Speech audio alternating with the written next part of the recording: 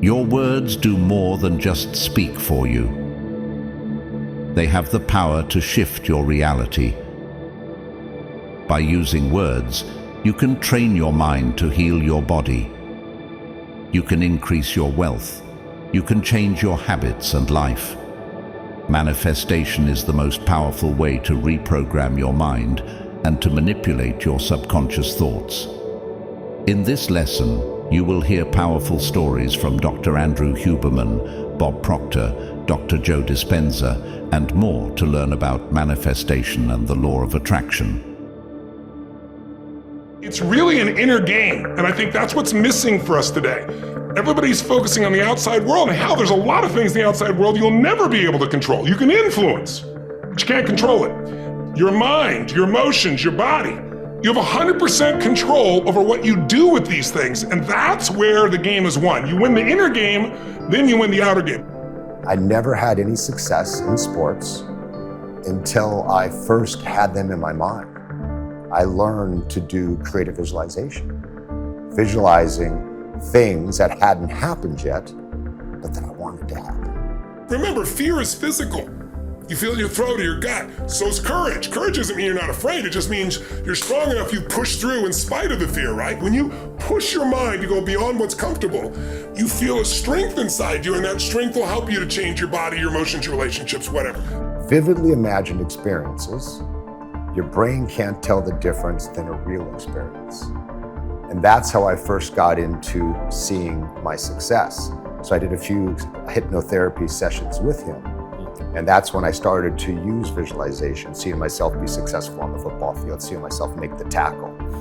I went back the sophomore year and played football again. And the only thing I did different was I did the visualization daily as part of my routine. And that year I went from the previous year, I quit the football team, didn't play, to 1 year later, ended my sophomore year, I was the most valuable player. I learned at a young age the power of the mind. I really learned to believe that, in life, it's an inside game. Too often you're out there, you're pointing the finger. I didn't make it because that person. I didn't make it because of that coach.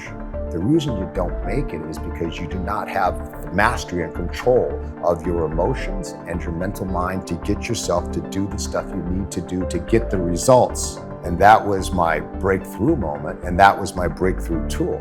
That would blow your mind how your brain is conditioned or primed by the environment, and how many people's brains live in fear. Most people just don't understand that you are being primed all the time, and unless you prime yourself, you're going to be primed by the environment. Leaders anticipate, losers react.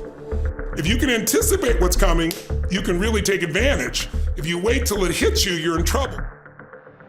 I saw myself on the football field, making the play, and I made it very sensorially aware. I was sacking the quarterback. I could smell the grass. I could look over and see my parents cheering. And I kept doing this work over and over again. And eventually my body caught up and I started to become a good football player. That psychological difference is the number one thing I work with people on, because unless you expand your identity, you're going to basically keep where you are. You might improve a little or not. You might go up and down a bit, but you're going to stay within a realm. If you're going to have an explosive breakthrough to another level, physically, mentally, financially, spiritually, then we got to not only give you the tools, we got to shift that internal sense of who you really are and have you find that you are more than anything that's ever happened to you, that you can handle whatever shows up, even if it's incredibly scary or uncomfortable.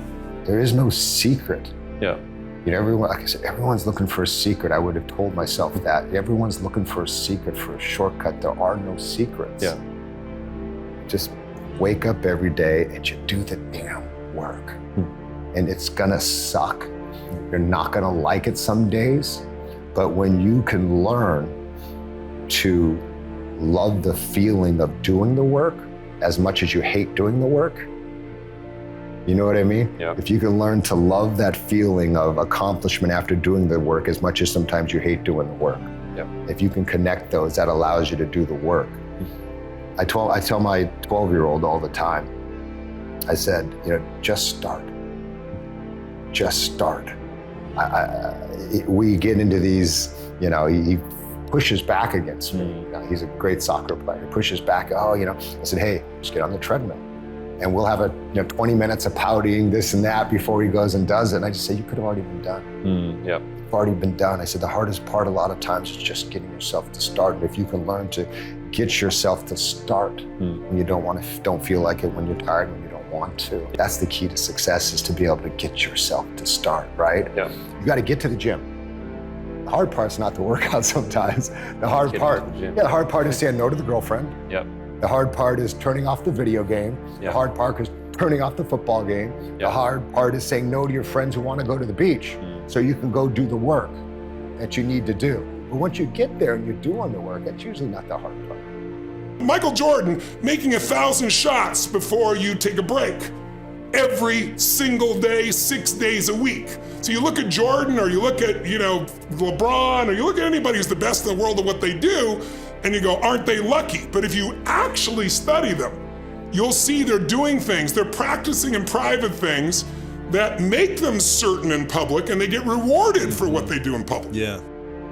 When people say to me, I have no self-esteem, I hate that word. It's so overused and abused. I don't have any self-esteem because when I was growing up, my parents said these terrible things and those terrible things. And I said, isn't it convenient you only remembered those things? They said a million things, but suddenly you've honed in on those. But let's get real. Someone can tell you your whole life you're a piece of crap, but you can say, screw you, read between the lines and make your life work.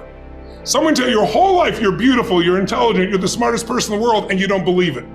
Because self-esteem doesn't come from what people say about you. Self-esteem is earned within yourself. It's esteem for yourself, which only comes by doing things that are incredibly difficult, and then your brain goes, this is who I am. The thing about transformation is you have to do it. You've got to put in the work when nobody cares. Nobody cared if I practiced. Nobody cared if I worked out. I didn't have parents who are like, hey, Dan, you got to go to the gym. Oh, hey, Dan, go out and run some sprints. Nobody cared. If you want to transform, you have to do the work if nobody cares. There's only one person who has to care, and that's you. You've got to care. You've got to want it. And the reason, I think, is different for everybody to want it. Some comes out of pain. Some comes out of, I want to prove somebody wrong. And then I think some people just have that switch inside. The firewalk was, again, giving you an experience of something that seemed difficult or impossible, and then you get yourself to do it, and your brain goes, wait a second, if I could do that, what else could I get myself to do? That psychological shift is the most important shift that people can make. It's a shift in your identity. Most people's identity, their labels for themselves, who they think they are, has been based on their past, and often many years ago. And so they don't update it. So the metaphor I'd give for identity is like, it's your comfort zone. It's not your goals. So I think that one of the most important questions that we should all ask ourselves anytime we want to learn, or we want to relax, or we want to sleep, or we're in a situation where we need to receive hard information, whatever it is ask ourselves, where are we on this continuum of alertness and sleep? So when we're fast asleep, we actually can learn in sleep. But basically we learn best when we are focused and alert, but not too stressed.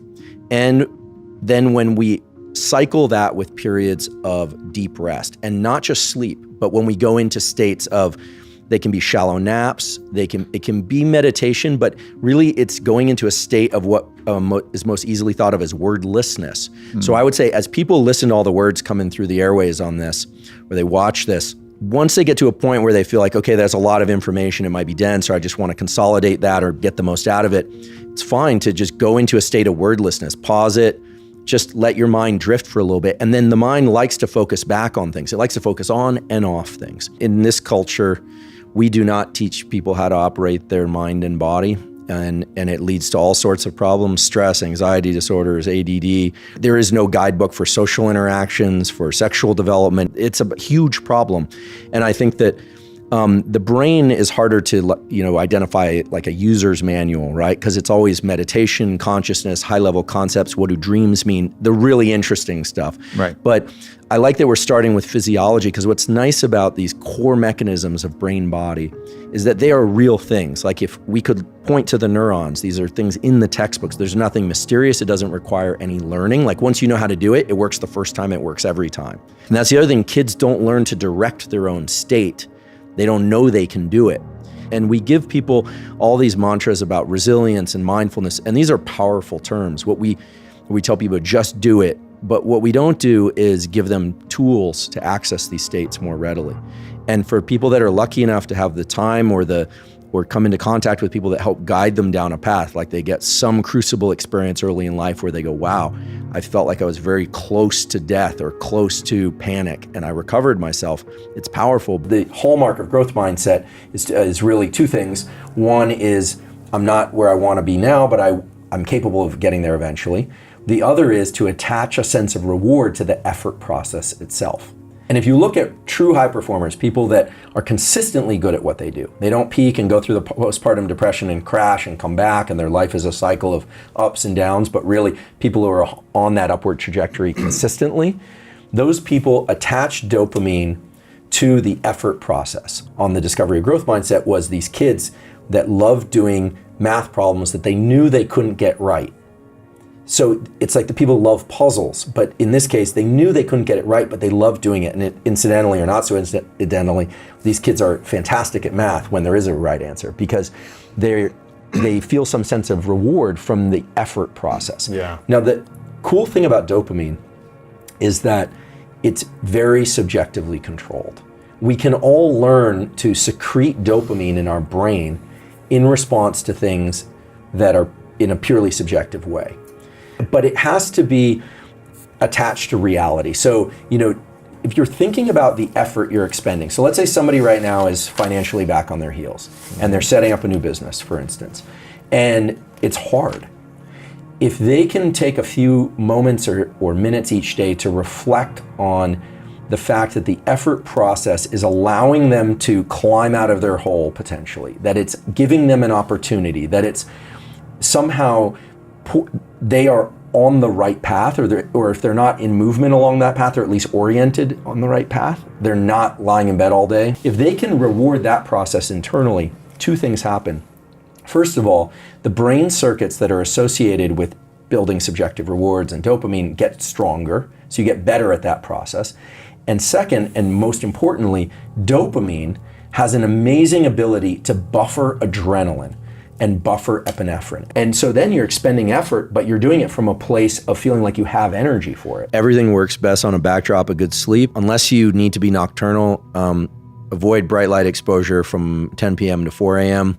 It's not the end of the world if you get up and use the bathroom or you briefly turn on the lights, but there are studies showing that bright light exposure in the middle of the night, it punishes you by suppressing dopamine the next day and the next day. So try and get good night's sleep, master your sleep. And that's a whole other discussion, but that basically means getting as much bright light as is safely possible in your eyes in the morning and daytime, and as little in your eyes after about 10 p.m. Mm-hmm. And don't give up the great party. I always say, great things happen between 10 p.m. and 2 a.m. in life. So you don't want to live like a monk, but you wake up in the morning, and I think it's, some people wake up more slowly than others.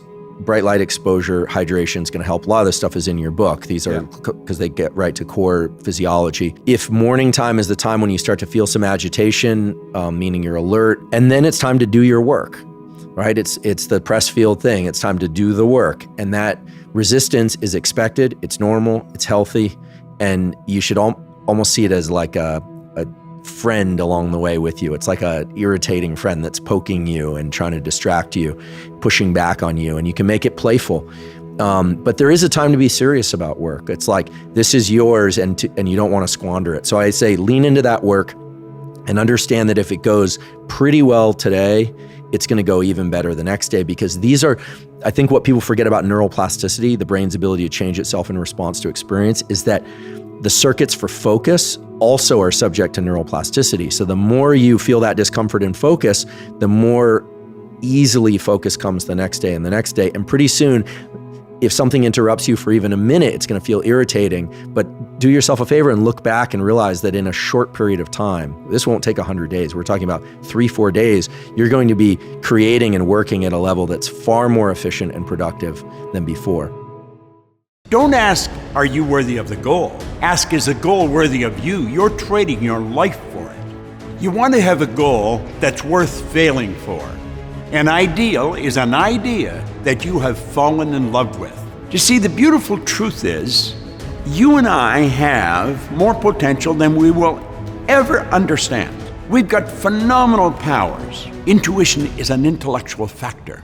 It's like perception, the will, reason, imagination, memory, and intuition. These are higher faculties. These are the faculties that separate us from all of the rest of the animal kingdom. All the rest of the animal kingdom is completely at home in their environment. They blend in. You and I are totally disoriented in our environment. And that is because we've been given the godlike ability to create our own environment. You and I are spiritual beings. And if we are not inspired to do something, it's because we're not thinking of who we are. The essence of us is spirit. And spirit's always for expansion and fuller expression. He gets into that so beautifully in the area of imagination. He said it's the most marvelous, miraculous, inconceivably powerful force the world's ever known. It's the imagination that permits us to move into the spiritual essence of who we are. It's your imagination that takes the idea that comes to your consciousness, and that spirit wanting to express itself a greater way through you, because spirit's always for expansion and fuller expression. And so it's the raising of our conscious awareness. Hill found this out. He writes about it. That's what changes our life. We're spiritual beings. We've been gifted with an intellect, and we live in a physical body.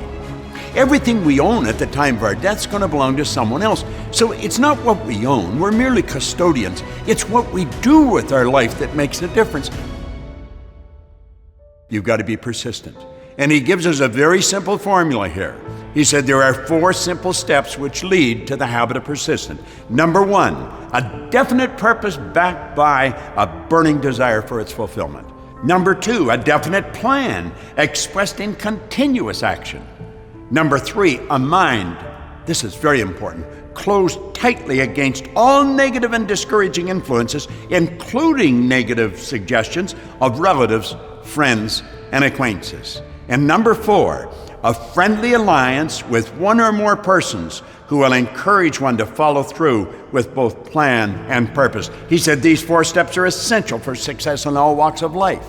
When you start studying Napoleon Hill's work, and you really start to get into the spirit of it, you're going to be inspired, because that's what inspiration is. It's in spirit. And get into the spirit of his work.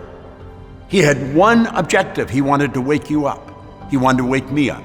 He did wake me up. Hopefully you're awake as well. And as you start studying into this, you'll start to realize there is literally no end to what you're capable of doing. He said, ideas are intangible forces, but they have more power than the physical brains that gave birth to them. They have the power to live on long after the brain has created them has turned to dust. Napoleon Hill's been dead since 1970. But the idea that his brain developed and worked with lives on because of people like me, because of people like you, because of the people that are putting this documentary together. This could be the most important book in your library. When I set a new goal, I have difficulty believing I can do it. Intellectually, I've studied this long enough that I know I can. But it isn't your intellect that does it. If it was the intellect that does it, our school system would be screaming successful. But we've got people graduating from universities all over the world. They've got an enormous amount of knowledge in their intellect, and yet they're losing, they're broke, they can't find work. So it's not your intellect. Intellectually, I've studied this long enough to know that if I can see it in my mind, I can do it. You've got to believe it in your heart. You see, the heart is what the early Greeks referred to, the heart as the subconscious mind. There's a whole chapter in here on the subconscious mind. And it's very, very powerful, because until you internalize the idea, it isn't going to happen. You see, you can want something once or of a conscious nature. That's your intellectual part of your personality. The desire is the idea in your subconscious mind seeking expression outside through your action. Desire is when you've internalized the idea. You've got to believe you can do it on a subconscious level. You can come to believe it through repetition. If you take what you want and start to imagine yourself with it, the imagination enables you to go into the future and bring the future into the present. You've got to act like the person you want to become. Well, when we do that and do it over and over, you come to believe. We operate on the premise that everyone thinks, and the very truth is that very few people think. My old employer and mentor, Earl Nightingale, often said that if the average person said what they were thinking, they would be speechless. The late and great educator, Dr. Kenneth McFarland, said 2% of the people think, 3% think they think, and 95% would actually rather die than think. General Henry Ford said thinking is the hardest work there is, which is the probable reason so few people engage in it. Thinking is the highest function that you and I are capable of. The problem is very few courses teach thinking. You see, an idea is a thought or a collection of thoughts directed towards a purpose. Most people would never do what they're doing if they're thinking. Listen to the average conversation that's going on. People would never say what they were saying if they were thinking. No, the truth is that thinking is not something everybody gets involved in. But you start studying this material, and I can assure you one thing, you will begin to think. If a person's going to accomplish anything of any consequence in their life, they have to get into the spirit of it. In other words, I think we have to understand, where does the information come from? Where does the energy come from to create things? Well, we go to spirit. Spirit flows to and through us, and we can think, the highest function that we're capable of, and we build an image in our mind. Then we have to be true to that image. We have to use our will to hold that picture on the screen of the mind, and we turn the image back over to spirit, which is within us. Through the reciprocal law of spirit, it gives it back to us in physical form. Now, this is truly getting into the spirit of the thing. That is what being inspired is all about. And all great work came about because someone was inspired to do it. All the great paintings, Rembrandt, Van Gogh, all of them, they were inspired to do the great work. We have to understand that whatever Rembrandt or Van Gogh used, we have available to us. We're God's highest form of creation. Spirit flows to and through us. It's our responsibility to decide what we're going to do with it. I think we've got an obligation to do great work. We're only here for a short time, not a long time. And we've got the faculties and the ability to do great work. I think we should. I had no idea of the power of the mind. I had no idea of the power of the mind to manifest and the power of the mind to sabotage us, to harm us. But I'm really clear about it now. And so those things are the greatest things that I would say for anybody. The world is different from what it appears to be with the observer effect. And, nothing comes into form unless there's a mind observing it. And they're like, you've just got to look, you've just got to change your perspective ever so slightly. We see the world is solid and us is separate. But if we just shift our perspective ever so slightly, we see something entirely different that is completely freeing. You might be really broke. Gee, I was when I was making The Secret. Money would come into my hands, it would slip through my fingers, things would break down. You might not have any money and you're trying to instill wealth and prosperity and riches. That work talks about the power of the mind and the power of thought. And that's the biggest thing, is to open yourself to the possibility that everything isn't the way it appears to be. And so even if you can just open yourself to that possibility, just for a moment, you can pick up it all the next day. You can take it all with you the next day, that it's all real and everything that you're seeing. But if you just for a moment open to the possibility that things might not be the way that you think they are, then you have the greatest opportunity to really discover something incredible. And so I really simplify it and the law of attraction, because I would say to anybody, if you would just think about what you want That's all you'd ever get in your life.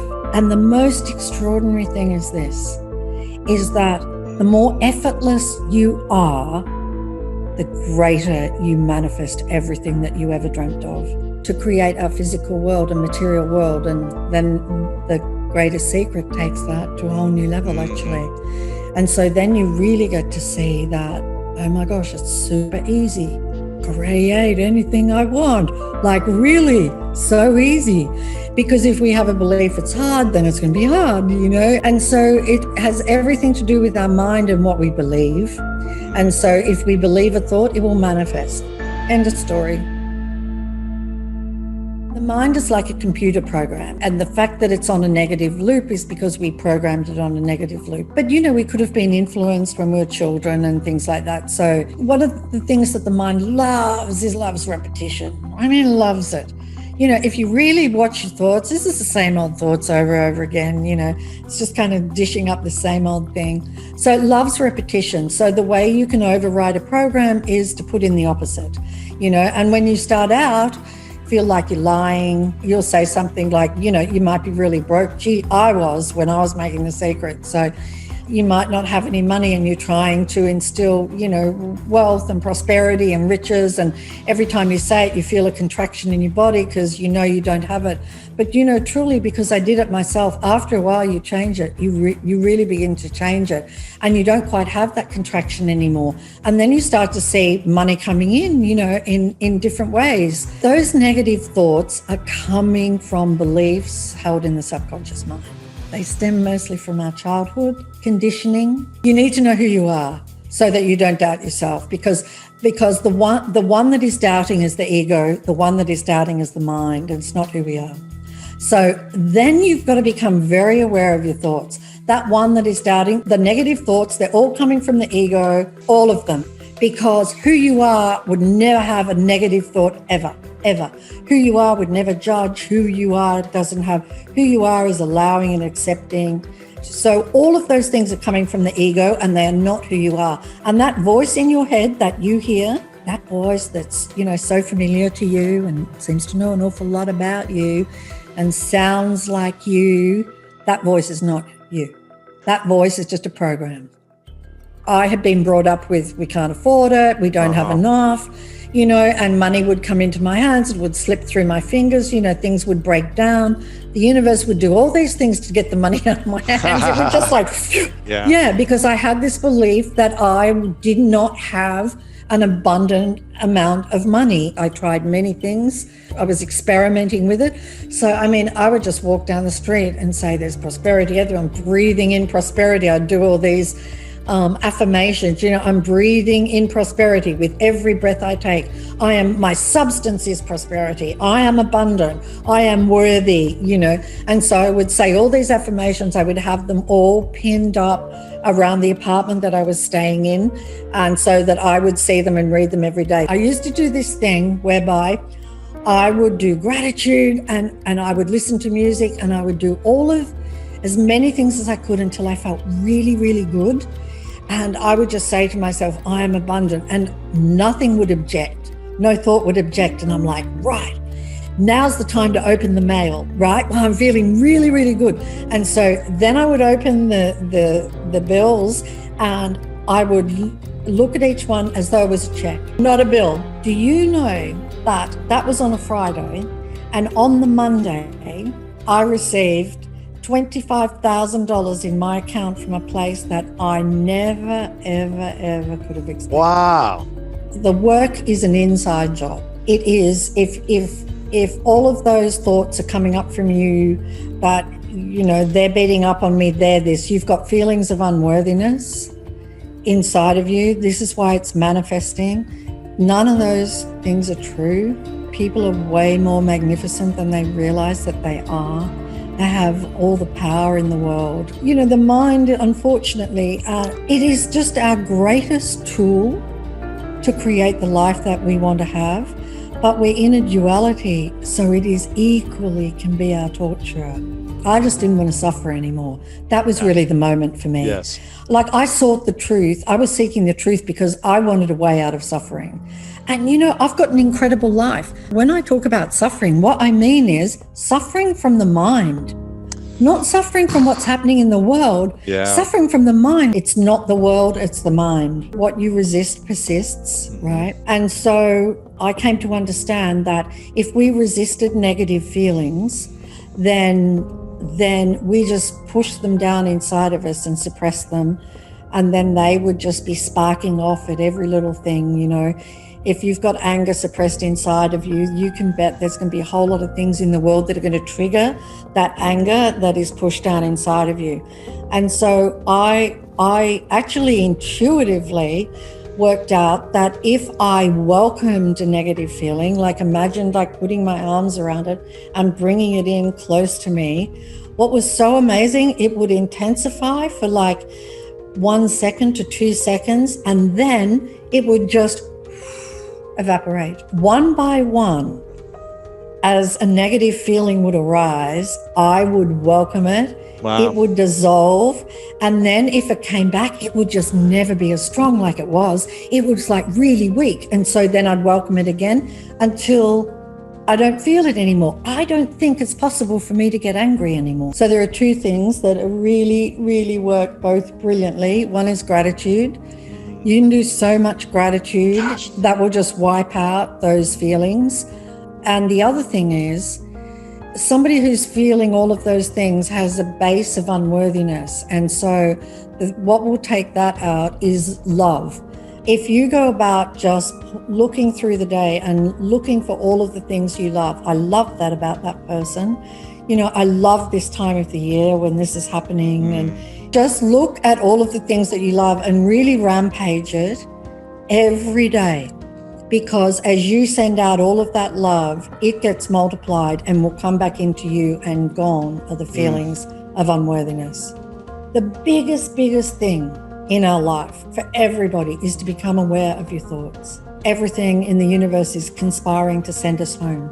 And the way to get us home is to have challenges so that we question things and so that we open up. If I can do it, anyone can do it. All you have to do is you keep doing it until you do not feel any more lack anymore. And what will bring you everlasting happiness is to know the truth about everything and to know the truth about who you are. And that will bring you everlasting happiness. And the manifestation of the world becomes even more incredible than it was. And when you're not fearful, you love so deeply. The love that you have is so deep. And so here you are in this state of, I'm of total allowing and I don't mind what happens. And you just got this undercurrent of happiness. Well, just imagine what law of attraction does with that.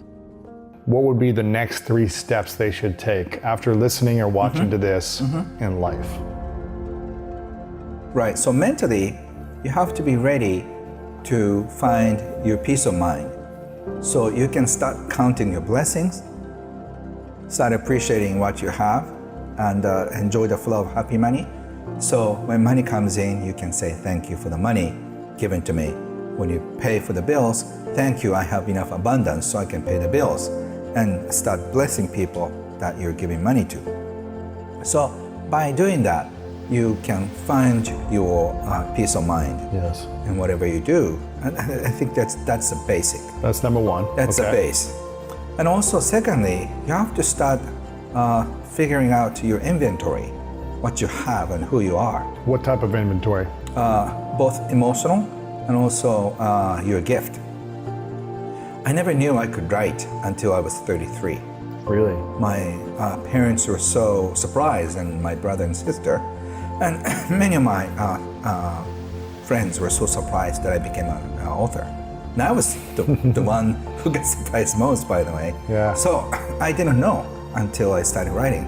So I'm sure you have some kind of gifts buried in you, and you have to multiply them because only single gift is not taking you far. But if you can multiply your gifts of speaking, for example, and also listening, and a sense of humor, and the care, generosity, if you combine all of them, you become so unique. Yes. So once you become so unique, people start just coming to you because you're more attractive. Right. Yeah, so... Okay, so that's number 2, is find out your inventory of your assets and your gifts. And I'm also assuming your inventory of like how much money you have, your investments, what you... But it's not so important. Okay. Because if you are not making much, it's not much anyway, right? What skills do you have? Yeah. Skills, yeah. Right, so if your net asset is less than $300,000, don't worry about investing. I think you should invest in yourself. Invest in you. And take your friends out for dinner, because it's going to pay more dividend. So be generous with your energy, your time, your gifts. Yes. And then the third step would be start getting support from everybody. You know, I have, say, for example, more than 10,000 people sending me money every month as a form of subscription online salon. Yes. So, and I haven't promised anything to do for them. So it's just a love money. So Which is what type of money? Love money. Love money. Yeah. So 10,000 people pay you money every month just because they love you. Yeah. $10. That's how I feel. So I have enough trust from people. So the happy money, so almost like is given in my custody, so I can help other people. That's cool. So if you start getting fan clubs or cheer supporters, so you can start with 5 people, and you can start having 10 people, 30 people. So the next economy will be very interesting because a lot of people support one another. So instead of working for one big company, say I have 300 people supporting me. Right. Say, and you can increase your monthly support money, say $100 per month. You know, if I get a support from 30 people, $100 a month, that's $3,000. Right. And if you get 50 people who are supporting you with $100, you already have a $5,000 income. So whatever you do, you don't have to be the next entrepreneur of the world. You can satisfy, or at least you can have deep connection with 50 people or 100 people who love you so much and who's not going to let you down when you fall. Yes. So if you have that strong trust from people, you don't have to worry about money for the rest of your life.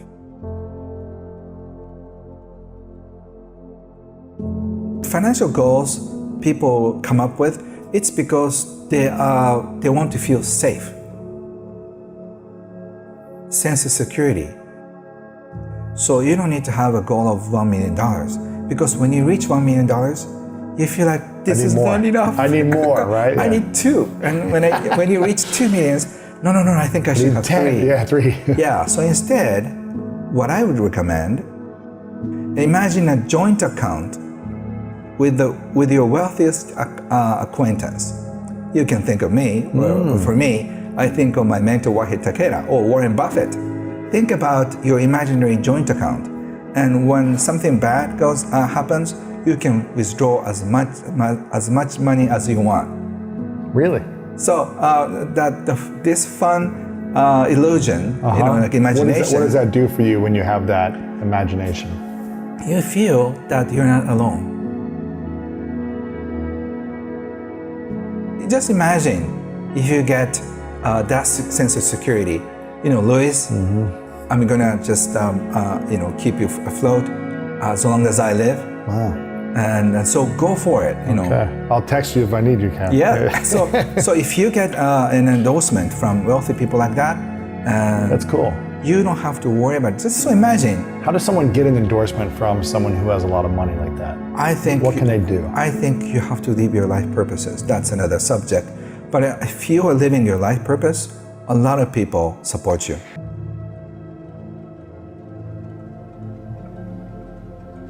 In my mind, wealth is an emotion. You know, it doesn't really matter how much you have, how much you make. Because I've interviewed over the course of my career, I've interviewed many millionaires and billionaires, and some of them are very unhappy and very upset with everything. And also among the people who are struggling with life, there are also happy people and unhappy people. So I think wealth is an attitude. If you feel like you're so happy and so content with what you have, you are already wealthy. But if you have if you have to struggle every day and you cannot find happiness either in your business or in personal life, I think you're not wealthy, even if you have billions in your bank account. The people with the radiance of appreciation often attracts more people and more opportunities. So this is not a new age or spiritual thing. It's a practice to appreciate more. So what you appreciate appreciates. What should we be thinking about instead of like, I want to make $1 million? Should we be reframing that in a different way? First of all, you really have to figure out what you want in your life. So do you want to be a happy person, or do you want to be a wealthy person?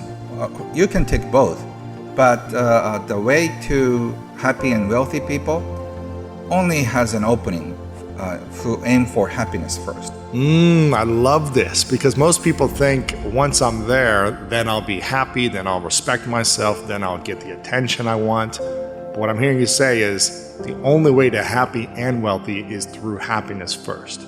Yes, and then if you're lucky, or if it's your destiny, I would say, you may be rewarded with money. Money is the end result of what we get after serving the world. So instead of focusing on what you get, you have to really focus on what you give. And our life is in the middle of giving and receiving. So unless we receive well, unless we give well, we can receive.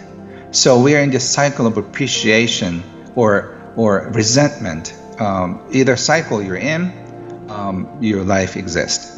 So if you start appreciating your life about everything, including money, your life will be filled with money and appreciation. If your life will be filled with resentment, anger, and fear around money and also around life, your life will be also surrounded by fear and resentment and anxiety. Whatever you invest could end up in half or 30% down. So instead, I recommend people start looking at invisible assets. Because what if you lose everything overnight?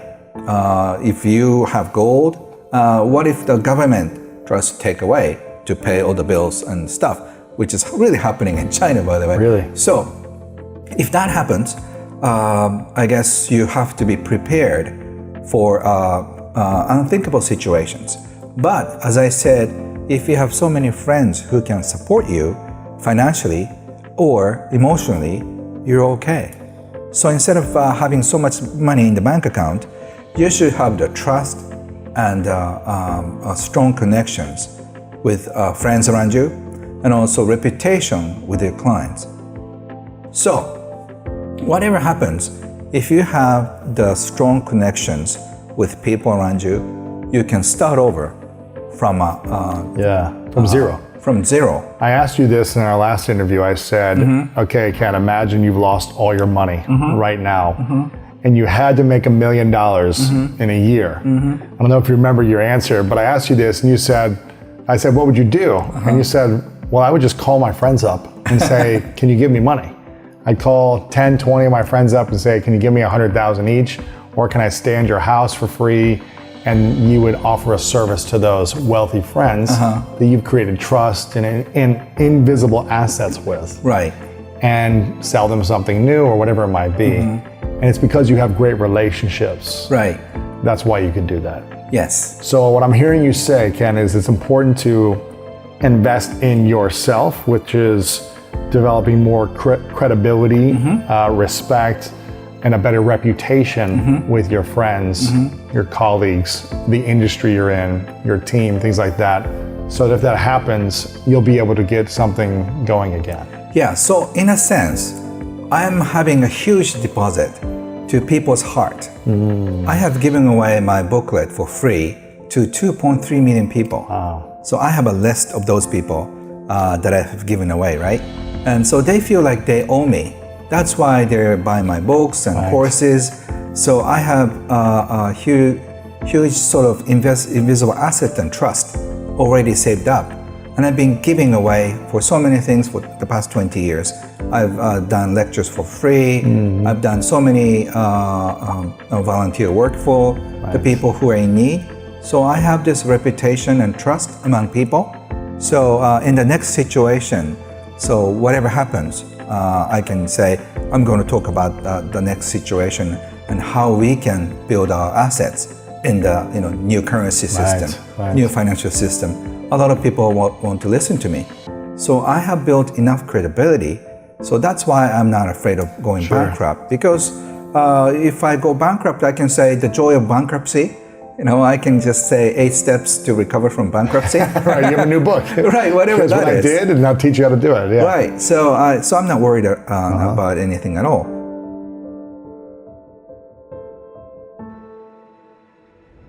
People grab their cell phone, they check their WhatsApp, they check their text, they check their emails, they check Facebook, they tweet something, they do Instagram, they check the news, and now they feel really connected to everything that's known in their life.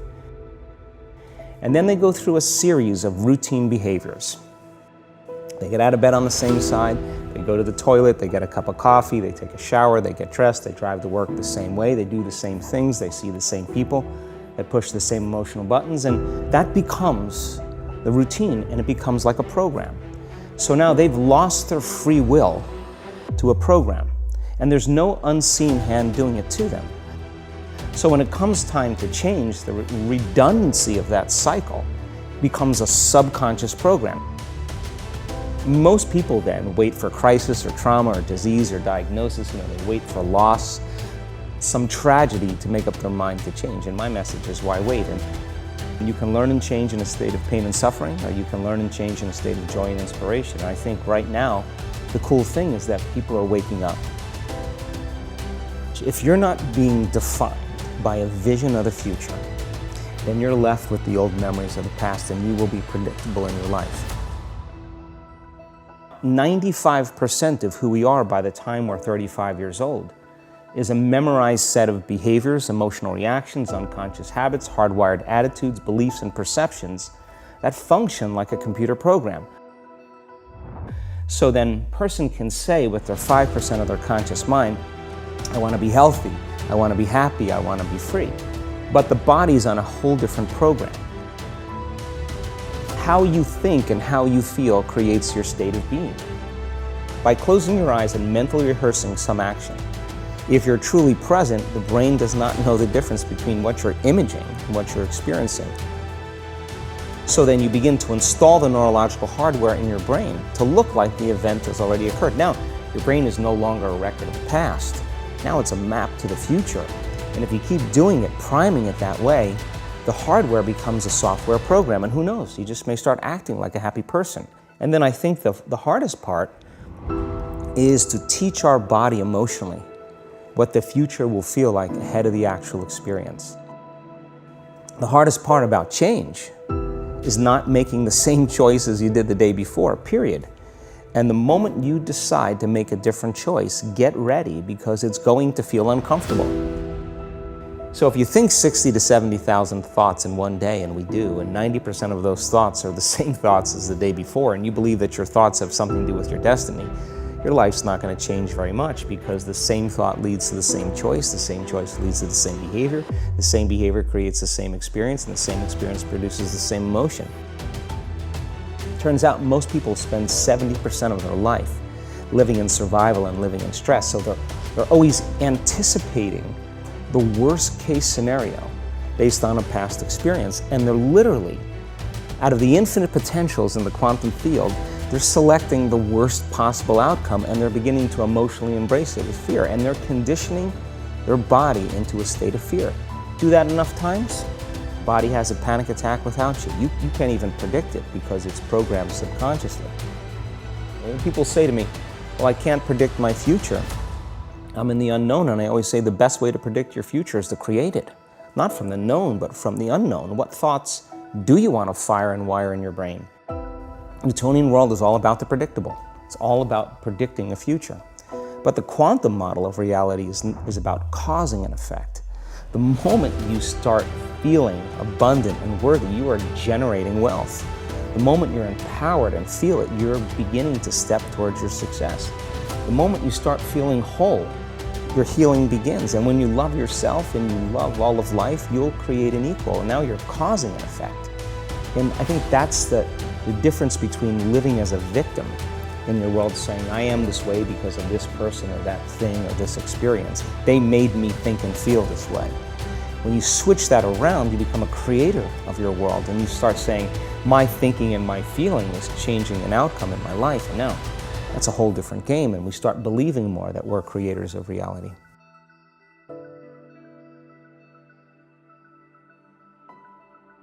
A habit is a redundant set of automatic, unconscious thoughts, behaviors, and emotions that's acquired through repetition. So if you think about it, people wake up in the morning, they begin to think about their problems. Those problems are circuits of memories in the brain.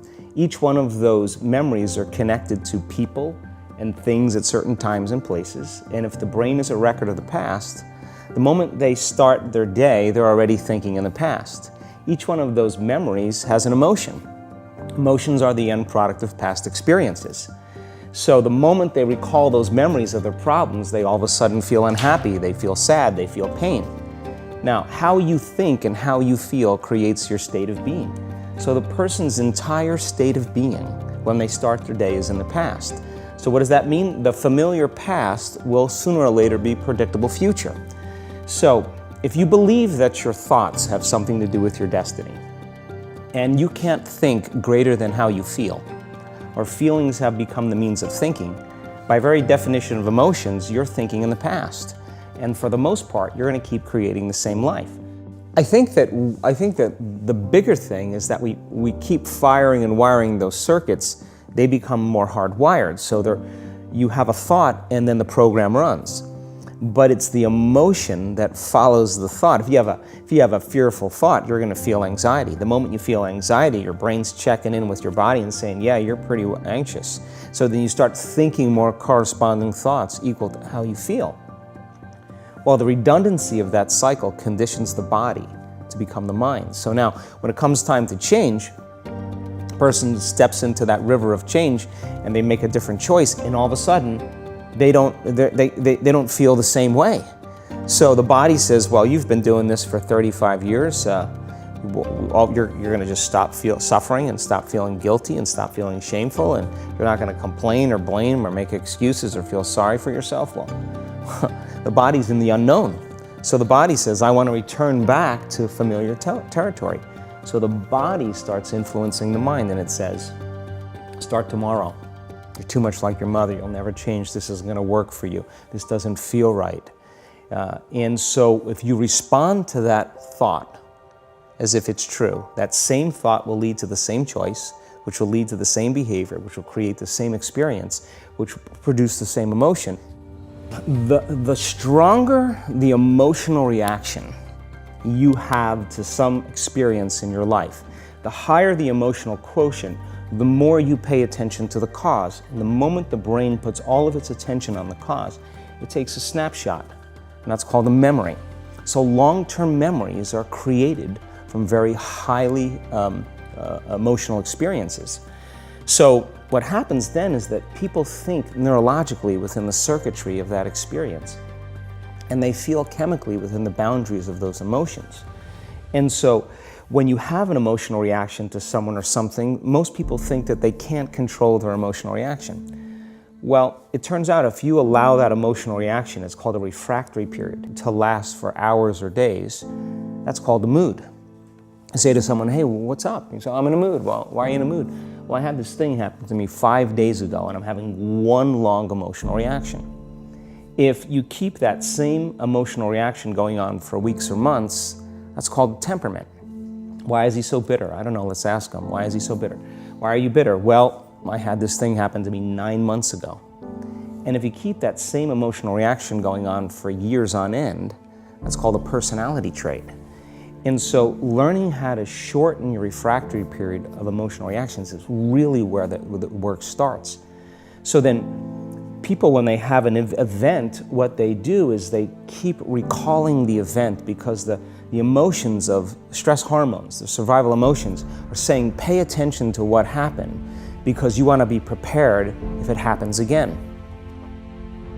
So as you become familiar with the thoughts, the behaviors, and the emotions of the old self, you're retiring that old self. As you fire and wire new thoughts and condition the body into a new emotional state, if you do that enough times, it'll begin to become familiar to you. So it's so important, just like a garden. If you're planting a garden, you got to get rid of the weeds. You got to take the plants from the past year and you got to pull them out.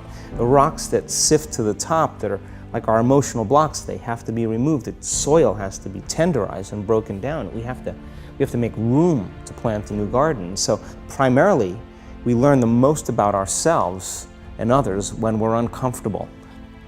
All organisms in nature can tolerate short-term stress. You know, a deer gets chased by a pack of coyotes. When it outruns the coyotes, it goes back to grazing and the event is over. And the definition of stress is when your brain and body are knocked out of balance, out of homeostasis.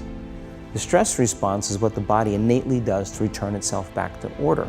So you're driving down the road, someone cuts you off, you jam on the brakes, you give them the finger, and then you settle back down and the event is over and boom, now everything's back to normal. But what if it's not a predator that's waiting for you outside the cave, but what if it's your coworker sitting right next to you? And all day long, you're turning on those chemicals because they're pushing all your emotional buttons. When you turn on the stress response and you can't turn it off, now you're headed for disease because no organism in nature can live in emergency mode for that extended period of time. It's a scientific fact that the hormones of stress downregulate genes and create disease, long-term effects. Human beings, because of the size of the neocortex, we can turn on the stress response just by thought alone. We can think about our problems and turn on those chemicals. That means then our thoughts could make us sick. So if it's possible that our thoughts could make us sick, is it possible then our thoughts could make us well? And the answer is absolutely yes.